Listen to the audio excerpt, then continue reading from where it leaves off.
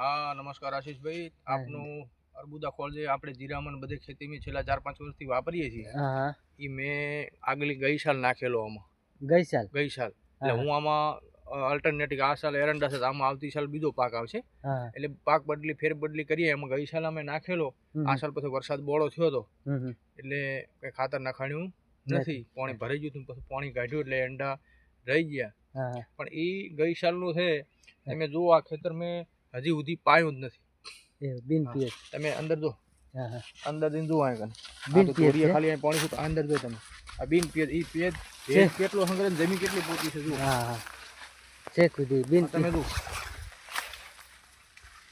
જમીન વાવડો એટલે ક્ષમતા બહુ છે, જમીનની ફળદ્રુપતા વધારે છે, પછી કોઈ એધું કે કોઈ બીજો પ્રશ્ન આબા દેતો નથી અને ખૂબ સારું ઉત્પાદન આપે છે અને ખરેખર ધીમે ધીમે બધા ખેડૂતોને એકદમ અશુભાનું યુરિયા ડીએપી બંધ કર્યા કરતાં 1 2 એકર 5 એકરમાં ધીમે ધીમે કન્વર્ટ થઈ અને આ ખેતી તરફ વળો, ખર્ચ ઓછો થાય, પાકનું પૂરું ઉત્પાદન મળે, પાકની ક્વોલિટી મળે અને પછી એમાં તમે મૂલ્યવર્ધન કરશો ને તો રૂપિયો સારો એવો મળે.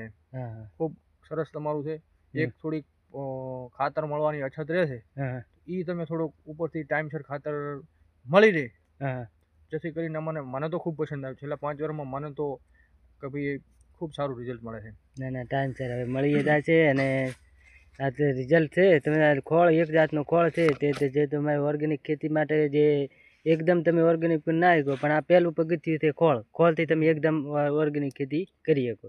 પછી આ ખોળથી જે આડઅસર કરતી બધી જીવાતો છે, જમીનના જે સજીવ બેક્ટેરિયા છે, યુરિયા ડીએપી શું થાય, અળસિયા મરી જાય, સજીવ બેક્ટેરિયા મળી જાય, સજીવ ફૂગ જે ફાયદાકારક વસ્તુ હોય જમીનનું બંધારણમાં એ મરી જાય.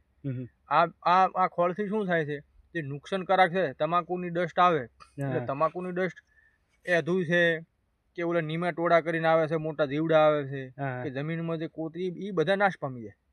એની બદલામાં જે હકારાત્મક છે ફાયદાકારક વસ્તુ એનું ઉત્પાદન વધે. આમ તમે દવા યુરિયા ઓછો ઉપયોગ કરો તો આ બધે અળસિયા બની જાય કારણ કે આ બધું જે વસ્તુ છે એ કમ્પોસ્ટ જ છે ને એક જાતનો કુદરતી. અને ચારકોલ છે એ ભેજને હંગરે, ચારકોલનું બંધારણ છે કોલસાનું, ભેજને ખૂબ હંગરે. એટલે મોસ્યોર બહુ હંગરે. પછી એનામાં બાકી બધાય આપણે નાઇટ્રોજન એટલે urea, nitrogen 46-18, nitrogen, potash, phosphorus નાખી પણ બાકીના જે તત્વો છે એ આપણે એડિશનલ નાખવાની જમીન બગાડવી એના કરતાં તમે જેટલી લિમિટથી આમાં બધું મળી જાય. કુદરતી કમ્પોસ્ટમાં બધા તત્વો મળી જાય. પોટાશ ના મળે તો અંદર તેલનું પ્રમાણ ના વધે. બરાબર. એટલે આ ખોળ ખરેખર બહુ સારો આવે છે. આ તો ખાલી આપણે બધાને એમ નથી કહેતા કે આપણી ભલામણ, પણ તમે અનુભવ કરો.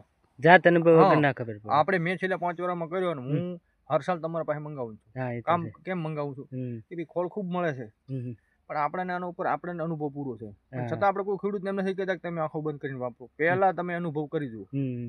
સારો અનુભવ 1 એકર 2 એકર 5 એકર બવટાવામાં કરવો, ઉપરો 2 વર્ષ વાપરો, તમારે જ્યાં પલાવું હેંડતું ને ત્યાં કલટી હેંડે.